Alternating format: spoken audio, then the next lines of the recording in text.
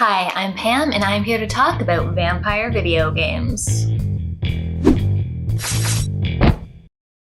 Today I'm reviewing one of my most anticipated games from this year, the newest based on World of Darkness. It's Vampire the Masquerade, Swansong. Vampire the Masquerade Swansong is a narrative role-playing game developed by Big Bad Wolf Studios. It's available as of May 19th for PC, PlayStation, and Xbox, with a Switch version coming later on. I played and recorded the footage on an Xbox Series X with the code provided by the publisher. Swansong takes place in modern-day Boston. On the brink of the Camarilla forming a pact with a group of blood sorcerers, a code red is called. The vampires and the masquerade which hides them from the mortal world have been attacked. The Prince of the City calls for 3 of her best agents to investigate, find out what happened and who the attack is coming from before things devolve into chaos and her power is threatened. These are the 3 characters you'll be alternating between playing.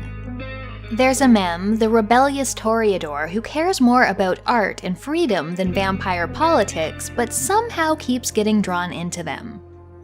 Caleb, one of the oldest vampires in the city and a Ventru, does the prince's dirty work, but has been feeling a call to leave the city and travel far away. And then there's Leisha, the Malkavian who has visions of possible futures and difficulty telling the difference between reality and delusion. If you're familiar with Vampire the Masquerade, either through the tabletop game or through other video games based on it, you'll recognize a lot of the concepts, jargon, and even mechanics. If you're unfamiliar, a lot of it will be explained via dialogue and gameplay, and you've got a lot of reading to do in the codex. Swansong uses a very similar structure to Big Bad Wolf's last game, The Council. They both focus heavily on narrative, character development, and solving problems in a very open-ended way. The Council started with a bang. It was immediately intriguing, but unfortunately got a little messy and repetitive as it went. Swansong is the complete opposite. It starts off a little dull and exposition-heavy, but as the game goes on, the characters, locations, and situations just keep getting better. Gameplay is split between exploring your environment and having conversations. What it ends up being most of the time is a detective game, and a good one at that. The game is broken up into scenes. After the intros, each character will go to a different location. They each have a set of tasks to complete, but there are also extra hidden things to find and do that can give you more information and experience. You need to find evidence, whether it's physical objects, documentation, or clues uncovered via conversation. The game really leaves you to your own devices, as you need to decide what knowledge is important and will need to be remembered for later. It doesn't just jot down every piece of important information in a quest log for you. Things you find while exploring will come in handy during conversations and confrontations, which are more intense and prolonged verbal bouts. You need to have learned the relevant information about the person you're talking to or the subject you're talking about to succeed in getting them to cooperate. If you haven't been thorough, your chances of getting what you need aren't so hot. But of course that's not all there is to it. You are a vampire after all. You have a certain set of skills.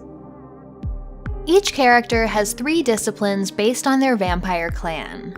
Auspex, a way of heightening their senses, is usable by a couple of the characters. This is basically like detective or witcher vision, which lets you see things which would otherwise be hidden. Leisha has obfuscate, which allows her to turn invisible or even mimic the appearance of others to get places she shouldn't be. Caleb can use presence to influence people in dialogue, and Mem can use celerity to blink to areas that would otherwise be out of reach. Using disciplines generates hunger. If you max this out, you risk going into a frenzy. But you can usually find someone or something to feed from to sate your hunger. In addition to disciplines, each character can invest experience points into a number of skills, like psychology, which can turn the tide of conversations, technology, which allows you to break into devices, or education, which gives you more insight into the objects you come across. There are multiple ways to get things done. One character may be able to use hacking to unlock a computer, while another may be able to deduce the password. Or maybe you can get the information you need from a conversation. In some cases, you may not be able to access it at all. It won't prevent your forward progression, but it will mean you miss out on something. This is one of the aspects of Swansong that I like the best. You can fail things, and then you just have to live with it. If you miss finding something or a conversation doesn't go your way, certain paths may be closed off to you. And short of restarting the entire stage, you just have to accept it and move along. The game even kinda rubs it in. At the end of each stage, you'll get an overview telling you what you succeeded at, alternate paths you could have taken, and even objectives you failed. Some things took me by surprise, like seeing there was a hidden room I had no idea about, or finding out I could have discovered a secret about another character. I appreciate that everything wasn't handed to me on a silver platter, and what I got to experience depended on my own thoroughness and the way I built and played my characters. Even when it comes to using skills in conversations, where your skill level rolls directly against your opponent's, you need to be selecting the right options. It doesn't matter how strong your dominate ability is when you're talking to someone you should have learned is resistant. I really like how the mechanics of hard skill numbers are balanced against having and using the correct knowledge. When you start a new stage, you'll get a chance to spend the experience points you earned in the last one. You can invest in skills, disciplines, or attributes. You also have ways of getting stronger within the stage itself. You develop certain talents by performing actions repeatedly. For example, if you continuously feed on prey without killing them, feeding will start refilling more of your hunger meter. While if you complete stages without feeding at all, your maximum hunger can increase. You can also gain traits which give you bonuses by having certain encounters. The role-playing is quite satisfying, and I enjoyed getting to build out each of the characters in different ways. In addition to building your stat sheet, there are also a lot of decisions to be made about who to trust, what information to share, and how you interact with other characters. There are some big decision points that will have an effect on how things play out in the end. Now that we've talked about the mechanics, let's talk about the story, the characters, and the style. I really can't help but compare this game to Bloodlines when it comes to those aspects. Is that fair? Maybe not, but it's kind of inevitable. I really like how Swansong presents the vampires in this world. They are a bunch of blood-sucking, backstabbing fiends, as they should be. The political situation in Boston is fraught. The prince is power-hungry and probably untrustworthy. Her Primogen council is scheming behind her back. The Camarilla are at odds with the Anarchs. Who knows if the Warlocks are trustworthy, and vampire hunters are also a concern. There is a lot to pay attention to, but once things are set up, I really enjoyed learning more about the various factions and their struggles. When it comes to the major characters, though, I found they were a little lacking. It's not that the writing or voice acting is bad, the characters just aren't that memorable. They almost need to be bigger, more dramatic, over-exaggerated even. There's no character here I'm going to be thinking about for a long time, like Jeanette or Jack. Ended up being my favorite playable character. I really liked her voice acting, and the areas she explored and decisions she was faced with were the most interesting. She got to visit the mind-bending Warlock Tower and make big decisions when it came to the Anarchs. Caleb is a pretty even-keeled kind of character, but I did like how they presented this very old vampire who was starting to question if following orders was still the life for him. Surprisingly, Laisha was my least favorite. I love my Malkavians, but Laisha just wasn't any fun. Her dialogue is straightforward, there's no amusing alliteration. She's a bit mealy-mouthed and sad, and the whole time she's being accompanied by her young daughter. As soon as I saw this kid, I was convinced she was imaginary, and whether that's correct or not, she's definitely annoying. Also, Leisha's pet name for her daughter is Sugar Fangs, which, ugh. Also, Leisha, honey, whoever gave you that haircut and that tiny tie, I really hope you ate them. They had it coming. It wasn't until very late in the game, when Leisha was able to channel her anger into shattering some psyches, that I began to have much appreciation for her. Bad bangs aside, I do really like most of the character designs. There's a lot of variation among the main cast of characters, and we even get some outfit changes for our protagonists.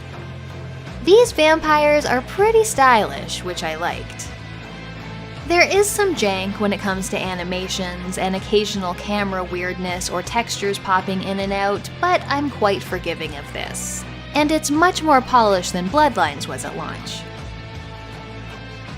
If there's one thing I wish for this game, it's that it was just a little bit sexier.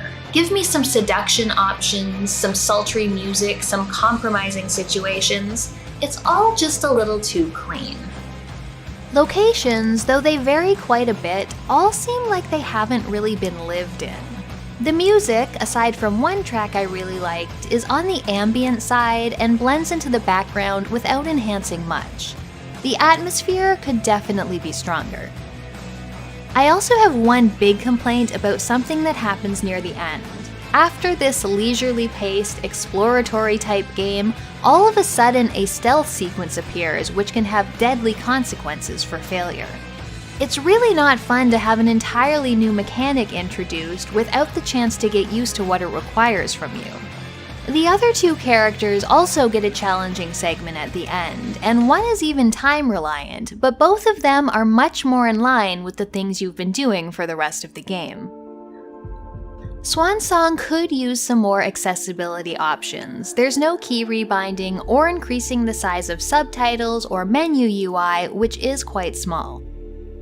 Overall, I quite enjoyed Swansong. I like how it brought the politics and supernatural abilities of Vampire the Masquerade to life. The role-playing was sufficiently deep, and it made me feel like I was in control of the characters I was playing. The best thing was how it ended up being a vampire detective game, and a good one at that. The open-endedness of each area, the variety of ways to solve different problems, and the ability to fail were all much appreciated.